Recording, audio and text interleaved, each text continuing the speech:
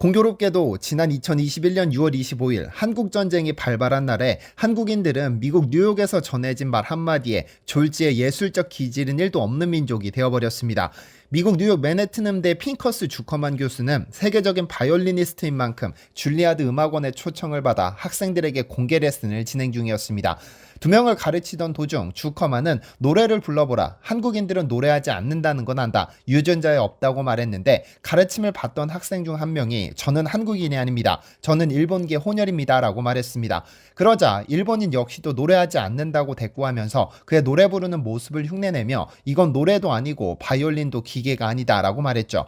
이 영상이 한국에까지 전해지면서 그는 엄청난 비난을 받아야 했고 해외 언론에서는 그에게 절대로 건드려서는 안 될 인종이라는 영린을 건드렸다면서 그를 비판했는데요. 그러나 정작 한국에서는 그를 두고 불쌍하다거나 뭣도 모르는 헛소리를 짓거린다면서 대수롭지 않게 받아들였는데요. 왜냐면 우리는 아니까요. 한국인들의 DNA에 한 땀 한 땀 새겨진 예술가적 DNA를 말이죠.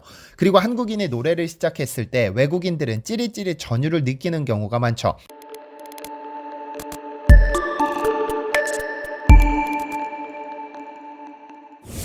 안녕하세요. 디스멘터리입니다. 스트리트 우먼 파이터, 프로듀스 101, 슈퍼스타 K, 국민 가수, 내 이름 미스트롯 등등 최근 10여 년간 방송계의 가장 확실한 성공 보증 수표는 단연 오디션 프로그램입니다.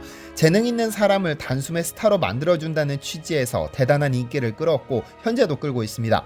그러나 이러한 오디션 프로그램의 시초는 미국 MBC 방송의 아메리카 갓 탤런트로 이 프로그램은 전 세계 58개국에서 국가별 스피노프 형식으로 제작되어 2014년에는 세계에서 가장 성공한 리얼리티 TV 포맷으로 기네스북에 등재되기도 했습니다. 벌써 16번째 시즌을 끝낸 이 오디션에는 유독 한국인 출연자들이 많았는데 댄스와 태권도 등 대부분은 몸을 이용한 예술로 어마어마한 극찬을 받아왔죠. 흑인 뮤직이 유난히 발달한 미국에서 웬만한 한국인 가수들이 노래로 오디션에 참가하는 일은 상당한 도전인데 한 한국인 그룹이 당당히 노래로 미국을 사로잡았던 일이 있습니다. 노래 시작 10초 만에 관객과 심사위원에게 전율을 선사했죠. 흑인들이 부르는 종교음악을 두고 블랙 가스펠이라고 합니다. 강한 박자가 특징인데 이 블랙 가스펠로 미국에 진출한 코리안 소울이라는 남성 그룹이 작년 아메리카 갓 탤런트에 출연했습니다. 무대에 오른 그들에게 독설가로 잘 알려진 사이먼은 한국에서 잘 알려진 가수인가라는 질문을 했지만 사실 그들은 그렇게 잘 알려지지 않은 가수입니다. 그들은 정말로 유명한 팝스타가 되고 싶다는 꿈을 말하고는 무대가 시작됩니다. 차분하게 첫 소절을 부르기 시작하고 정확히 9초 뒤부터 관객들의 함성이 터져나오기 시작합니다. 마치 기계가 노래하듯 완벽히 짜여진 하모니와 박자는 심사위원들의 놀라움을 자아냈고 곡 내내 흔들림 없는 완벽한 무대를 선보였죠. 노래가 끝난 후 관객들의 환호는 좀처럼 끝나지 않았고 사이먼을 제외한 3명의 심사위원은 기립박수를 보내며 그들을 축복했는데요. 심사를 담당한 하위 맨델은 그들의 무대가 끝나자 도대체 한국 문화에 무엇이 있길래 이렇게 재능 있는 사람들이 많은 것인가 라면서 그들의 무대를 극찬했고 사이먼 코웰은 오늘 본 무대 중 최고였다면서 나머지 심사위원들의 의견을 구했습니다. 결국 4명의 심사위원 모두 예스를 주면서 다음 라운드로 진출했는데요. 이 오디션에서 코리안 소울은 우승을 차지하지 는 못했지만 2019년 14번째 시즌에서는 한국계 청년이 최종 우승을 차지하기도 했습니다. 코데리는 한국인 아버지와 미국인 어머니 사이에서 태어난 혼혈이지만 선천적인 시각장애인입니다. 설상가상으로 4살이 되던 해 자폐 진단까지 받아 암울한 삶을 살았습니다. 그러나 그는 자신의 아픔을 노래로 녹여냈고 어렵게 진출한 결승 무대에서 칼럼 스캇의 You Are The Reason을 불러 우승을 차지했었죠. 그런데 뉴욕 맨해튼 음대 핑커만 교수는 한국인에게 노래를 할 줄 모른다며 깎아내렸지만 AGT의 하위 맨델 심사위원은 한국 문화는 대체 뭐가 특별하길래 이렇게 재능 있는 사람들이 많은 것이냐면서 놀라움을 표했는데요. 사실 최근 한류가 급속히 확산되면서 방탄소년단이나 블랙핑크 등 한국의 아이돌 그룹이 전 세계적으로 엄청난 팬을 몰고 다니는 것은 사실입니다. 화려한 퍼포먼스, 귀를 사로잡는 멜로디, 뛰어난 노래 실력으로 한국의 국격을 높이고 있습니다. 최근 K-팝이 얼마나 세계적으로 화제가 되고 있는지를 보여주는 사례가 있습니다. 지난 1월 26일 뉴욕타임스는 스웨덴 스톡홀름에는 한국말 한마디도 못하지만 K-팝 전문 작곡가가 넘쳐난다고 보도했습니다. 스웨덴 작곡가 중 엘렌벨이라는 A라는 인물이 있습니다. 그녀는 9년 전 소녀시대의 I Gotta Boy라는 곡을 처음 들었을 때 뭐 이런 노래가 다 있어라고 생각했다고 합니다. 왜냐면 그동안 미국 팝 시장에서는 전혀 들어본 적도 없는 멜로디에 이상한 가사만 잔뜩 있다고 생각했다고 하죠. 그런데 9년 뒤 그녀는 지금 BTS, 레드벨벳, 있지 등 한국 아이돌 그룹의 곡들만 쓰고 있습니다. 그녀는 K-팝은 각 멤버가 나올 때마다 눈에 띄어야 하기 때문에 랩과 강약 포인트를 여러 곳에 만들어야 한다. 그만큼 일반 팝송보다 다채롭게 창의력을 발휘할 수 있다고 설명합니다. 특히 한국어 한마디도 하지 못하는 스웨덴 작곡가들이 한국 아이돌 그룹의 곡에 참여할 수 있는 것은 킬링 포인트라고 할 수 있는 중독성 있는 멜로디에만 집중하면 되기 때문입니다. 한국 팬들은 자신이 좋아하는 가수의 곡을 함께 따라 부르는 떼창으로 유명한데 스웨덴 작곡가들이 떼창 멜로디를 만드는데 특화되어 있다고 하죠. 내수 시장이 작아 일찍이 해외로 눈을 돌린 스웨덴은 미국, 영국에 이은 세계 대중음악 3위 강국입니다.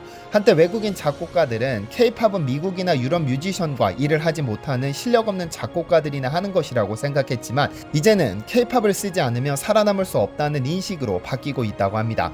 한편 한국 드라마가 큰 흥행을 기록하면 드라마 OST도 큰 인기를 끌게 되는데 몇 년 전 엄청난 인기를 끈 도깨비라는 드라마를 기억하시나요? 지극히 한국적인 도깨비라는 소재를 앞세웠음에도 전 세계적으로 어마어마한 인기를 얻은 후 미주, 유럽, 오세아니아, 동남아시아, 중남미, 일본, 대만, 홍콩 등까지 판매됐죠. 그런데 에일리가 부른 첫눈처럼 너에게 가겠다라는 드라마의 OST도 인기가 대단했습니다. 발매 직후 국내 주요 음원 사이트를 석권했을 뿐 아니라 매년 첫눈이 내리는 초겨울이면 다시 등장합니다. 이후로 수없이 많은 일반인과 가수들이 커버했으나 그녀의 폭발적인 가창력을 넘어서는 커버곡은 없었습니다. 그런데 이 에일리라는 가수가 몇 년 전 미국 유명인의 콘서트장에서 관객인 척 마이크를 잡았다가 해당 가수를 역관광시켰던 일이 있었습니다. 지난 2020년 1월 미국을 방문한 그녀는 데이비드 포스터의 콘서트 관람을 위해 관객석에 앉아 조용히 그의 음악을 감상하고 있었습니다. 데이비드 포스터는 휘트니 휴스턴의 I Have Nothing, 셀린 디옹의 The Power of Love 등을 작곡했습니다. 캐나다 태생의 그는 작곡가이자 프로듀서이자 연주가로서 팝 역사에 어마어마한 발자취를 남기고 현재도 살아있는 역사라고 불릴 만큼 대단한 거장입니다. 국내에서도 유희열, 김영석 등이 공개적으로 그의 영향을 받았음을 밝혔고 이외에도 영향을 받은 작곡가들이 많아서 대중가요를 만드는 거의 모든 작곡가에게는 가히 신적인 존재죠. 국내 솔로 여가수 중 독보적인 음색과 실력을 자랑하는 에일리 역시 그의 열혈 팬이라고 밝혀왔고 2012년에는 헌정 앨범 히트맨 프로젝트에 직접 참여할 정도로 팬심을 드러냈는데 이날은 그와 직접 만날 수 있는 콘서트 관객으로 객석에 앉게 됐죠. 편안히 노래를 감상하던 중 그는 깜짝 이벤트를 진행했습니다. 관객 한 명을 무대 위로 불러 노래할 수 있는 기회를 주는 것이었는데 에일리가 갑자기 일어서더니 그가 작곡한 Stand Up for Love를 부르겠다고 선언합니다. 그리고 폭발적인 가창력을 앞세운 그녀는 분위기를 뜨겁게 달구기 시작했는데 데이비드 포스터는 계획에도 없던 그녀를 무대 위로 초대해 노래를 청합니다. 무대에서 그녀는 더 폭발적인 가창력을 뽐냈고 모든 관객의 기립박수를 이끌어냈죠. 이날 에일리가 부른 노래가 우연히 관객의 카메라에 녹화됐는데 유튜브에 공개된 이 영상의 조회수가 무려 1800만 뷰를 넘어섰습니다. 그야말로 어마어마한 관심을 받은 것인데요. 이 덕분에 그녀에게는 새로운 기회가 생기기도 했습니다. 이 영상을 필리핀의 유명 음악감독 트로이 로레타가 보게 됐고 그녀의 가창력에 감동받은 그는 자신의 앨범 피처링을 맡기기도 했습니다. 앨범 발매 당시 로레타 감독은 에일리는 한국에서 온 거물급 슈퍼스타라고 극찬하면서 그녀의 남다른 재능에 감탄한다. 에일리가 내 노래를 완벽하게 해석할 것을 알고 있었다고 말했는데요. 현재 에일리는 독보적인 가창력과 폭발적인 무대 퍼포먼스로 솔로 여가수 중 탑 오브 탑의 위치에 섰습니다. 현재도 그녀의 음악 활동은 멈추지 않고 있으며 더 좋은 노래를 부르기 위해 발성을 바꾸는 등 노력을 아끼지 않죠. 앞으로도 오랫동안 대한민국의 독보적인 솔로 여가수로 활동하면서 더 좋은 노래를 들려주었으면 좋겠습니다.